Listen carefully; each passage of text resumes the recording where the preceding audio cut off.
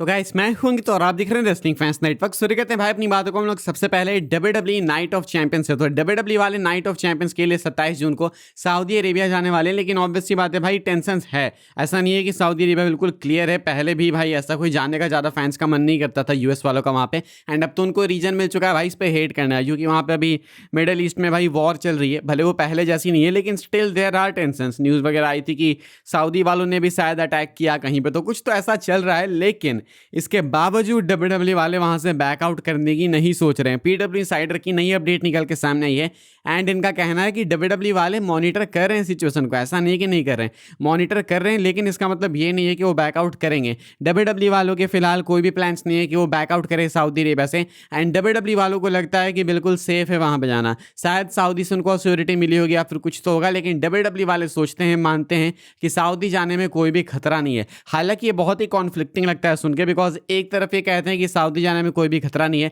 वहीं दूसरी तरफ वहां से वीकली एपिसोड करने को तैयार नहीं है जो पहले करते थे ये।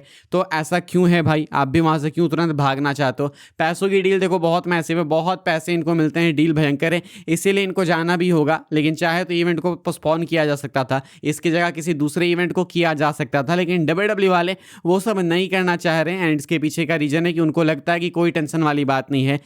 तो यही कुछ सिचुएशन है भाई सऊदी को लेके। बहुत से फैंस इस वाले डिसीजन के अगेंस्ट हैं, वो नहीं चाहते कि WWE सऊदी जाए। हालांकि वो अलग बात है, वो तो इंटायरली नहीं चाहते कि WWE सऊदी जाए, लेकिन भाई पैसे मिल रहे हैं तो जाएंगे, बिल्कुल जाएंगे। सऊदी क्या कहीं भी जाएंगे भाई, कोई भी पैसे दे तो। लेकिन फैंस आपको मालूम है कि थोड़ा हेट भी करते हैं सऊदी को, खुद भी उनके रीजन्स हैं, तो वो तो जो भी उससे क्या ही मतलब है। लेकिन फिलहाल मिला जुला के बात है कि WWE वाले कॉन्फ्लिक्ट्स के कारण भी जैसे थोड़ा ऐसा सोच नहीं रहे कि हमें यहाँ से निकलना चाहिए। अभी भी करने को तैयार है इवेंट या सऊदी अरेबिया से नाइट ऑफ चैंपियंस। आगे बढ़ते भाई हम लोग बात करते हैं एंजो अमोरे की। कुछ टाइम पहले मैंने आपको अपडेट बताई थी कि WWE वाले एंजो अमोरे को शायद साइन कर सकते हैं। एक्चुअली वो इंटरेस्टेड हैं एंड एंजो अमोरे खुद भी भाई WWE के साथ साइन करने को तैयार है।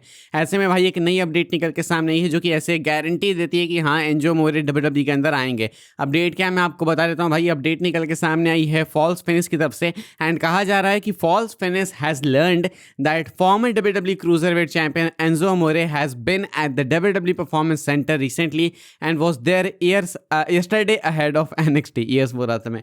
कहना है कि फॉल्स फिनिश के सोर्सेज को पता चला है कि cruiserweight champion, former WWE cruiserweight champion Enzo Amore WWE performance centre में देखे गए रिसेंटली एंड ऑल्सो ये NXT के लिए भी थे वहाँ पे। यानी कि क्रूजरवेट चैंपियन भाई, फॉर्मर क्रूजरवेट चैंपियन यार एंजो अमोरे रेगुलरली WWE के परफॉर्मेंस सेंटर को अटेंड कर रहे हैं, ट्रेन कर रहे हैं। एंड वी ऑल नो भाई कि परफॉर्मेंस सेंटर में कब जाते हैं सुपरस्टार्स?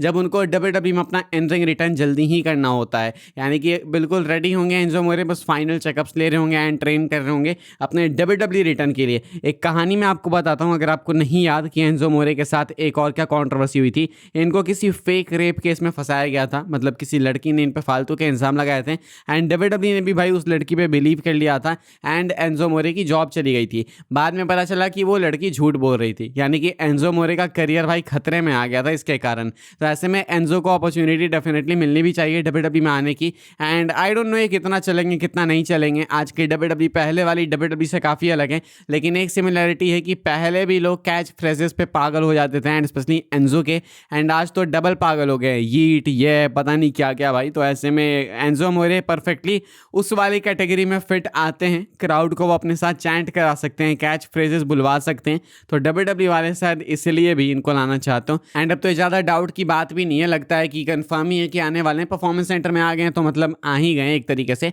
हम लोग बात करेंगे WWE के टैग टीम डिवीजन की। WWE वाले टैग टीम डिवीजन को लेके कुछ नया करने वाले हैं, कुछ अलग करने वाले हैं। मैं आपको बताता हूँ क्या करने वाले हैं। फॉल्स फिनिश की ही अपडेट है। कहा जा रहा है कि WWE is currently in the process of trying to help rebuild the tag team division from within while also looking at the possibility of signing tag teams from other promotions in the near future। WWE वाले फिलहाल इस process में हैं। वो लोग चाहते हैं कि टैग टीम डिवीजन को वापस से रीबिल्ड किया जाए, अच्छे से किया जाए, एक्चुअली अंदर से रीबिल्ड किया जाए, मतलब क्रिएटिव प्लान्स एंड ओवरऑल जो भी चीज़ें होती हैं उसको लेके। ऑल्सो WWE वाले ये भी देखने वाले हैं कि कौन सी ऐसी टैग टीम्स है जिनको दूसरे डिवीजन से, दूसरे प्रमोशन से साइन किया जा सकता है। यानी कि AEW से, TNA से, अलग अलग प्रमोशन से, ROH से किस किस टैग टीम को ये लोग साइन कर सकते हैं, ये भी ये देखने वाले हैं। लेकिन व्हाट्स द पॉइंट भाई, MCMG आई तो थी, लेकिन हमने देखा कि MCMG के साथ में क्या हुआ। तो WWE वाले भाई कुछ ऐसे यूटिलाइज कर नहीं पाता है। एंड ये तो मैंने अपडेट कितनी बार ही सुन ली कि WWE वाले टैग टीम डिवीजन को वापस से बिल्ड करेंगे, रीबिल्ड करेंगे, ये होगा वो होगा, लेकिन ऐसा कुछ हमें देखने को मिला तो है नहीं ज़्यादा, कुछ इम्पैक्टफुल एटलीस्ट तो नहीं देखने को मिला। ये है कुछ भाई अपडेट टैग टीम डिवीजन को लेके। आगे बढ़ते हैं भाई, हम लोग बात करते हैं अपनी आखिरी अपडेट के बारे में, अपनी आखिरी स्टोरी के बारे में, जो कि लेसनर को लेके। ये कोई आज सच वो अपडेट नहीं है कि ऐसा होगा वैसा होगा, लेकिन एक फैंटेसी कार्ड है जो कि मैं आपको दिखाना चाहता हूँ। एंड सपोज करो कि लेसनर समरस्लैम में रिटायर नहीं होते हैं, एंड समरस्लैम में रिटायर ना हो के वो रेसलमीनिया में रिटायर होते हैं, तो उनके कौन कौन से मैचेस होने चाहिए, किस PLE में किसको उनको फेस करना चाहिए, या आप लोग कार्ड देख सकते हो कि भाई अपनी स्क्रीन के ऊपर। एंड आप लोग बताना कि ये वाला कार्ड आप देखना चाहोगे या फिर नहीं। यहाँ पे क्लास इन इटली में वी ऑल नो कि ओबा फैमी होने वाले हैं, तो ओबा का नाम है। इसके बाद नाइट ऑफ चैंपियंस में Seth Rollins, and I think this makes sense because आप देखोगे तो ओबा की जो फ्यूड है वो चालू हुई सेथ के इंटरेक्शन के बाद ही। लाइक सेथ के सामने आए थे बीस्ट, एंड उसके बाद ओबा आ गए थे, तो सेथ एंड ये लेसनर का मैच सेंस बनाता है। एंड स्पेशली क्योंकि लेसनर के साथ हेमन है, तो मे बी हु नोज। इसके बाद Lesnar Roman at SummerSlam, and अब ये फेयरवेल टूर है, तो जो भी हो रहा है भाई आखिरी बार हो रहा है। हालांकि मुझे नहीं पता कि लोग देखना चाहेंगे फिर से रोमन एंड लेसनर का मैच या फिर नहीं, बट आई बिलीव कि फैंस को मजा डेफिनेटली आएगा एंड हाइप तो बन जाएगी। Lesnar and CM Punk at money in the bank. I think Lesnar का फेयरवेल टूर है, तो एक मनी इन द बैंक में या फिर किसी भी PLE में पंक के अगेंस्ट मैच तो होना ही चाहिए, एक मैच तो बनता ही है। अगेन देन एक न्यू टैलेंट ब्रेकर क्राउन जुल में अगेंस्ट लेसनर, देन अगेन एक न्यू टैलेंट सर्वाइवर सीरीज में जेकब फाटू अगेंस्ट लेसनर। एंड यहाँ पे तुम देखोगे तो बहुत क्रेजी मैचेस हैं, लाइक नाम देखो तुम, Oba Femi, Seth Rollins, Roman Reigns, CM Punk, Breakker, Jacob Fatu. Then Rumble में रैंडी ऑर्टन, एंड ये तो मैं भाई पता नहीं इस चैनल पे कितनी बार बोल चुका कि रैंडी ऑर्टन लेसनर का रीमैच होना चाहिए था समरस्लैम के बाद। रैंडी ऑर्टन को भाई मैच शुरू होने से पहले ही खत्म कर दिया था लेसनर ने, तो वो रीमैच कभी हुआ नहीं, वो रीमैच होना चाहिए था। तो ये अगर हो जाए भाई तो मजा आ जाए भाई, मैं तो देखना चाहता हूँ। एंड देन चेंबर में कोडी रोड्स, एंड एक फाइनल मैच रेसलमेनिया में वो होगा अगेंस्ट गंथर, जहां पे लेसनर रिटायर हो जाएंगे जीत के या फिर हार के, आई डोंट नो। लेकिन ये कार्ड अगर मैं देखूं तो मुझे तो बहुत ही स्टार स्टडेड दिखता है भाई। अगर लेसनर अपने फेयरवेल टूर में है एंड उन्हें Oba Femi, Seth Rollins, Roman Reigns, CM Punk, Breakker, Jacob Fatu, Randy Orton, Cody Rhodes, Gunther, ऐसे नेम्स देखने को मिल रहे हैं, फेस करने को मिल रहे हैं। सो आई थिंक इट्स गुड भाई। बाकी गंथर ना भी हो रिटायरमेंट मैच में तो कोई दिक्कत नहीं है मुझे, मैं चाहता हूँ कि कोई और भी हो जाए भाई तो चलेगा। लेकिन गंथर को लेकर थोड़े डाउट्स मेरे भी दिमाग में है कि भाई आखिर गंथर ही सबको रिटायर क्यों करे। तो फिलहाल ये वाला कार्ड आप देखना चाहोगे या फिर नहीं, मुझे कमेंट करके बताना।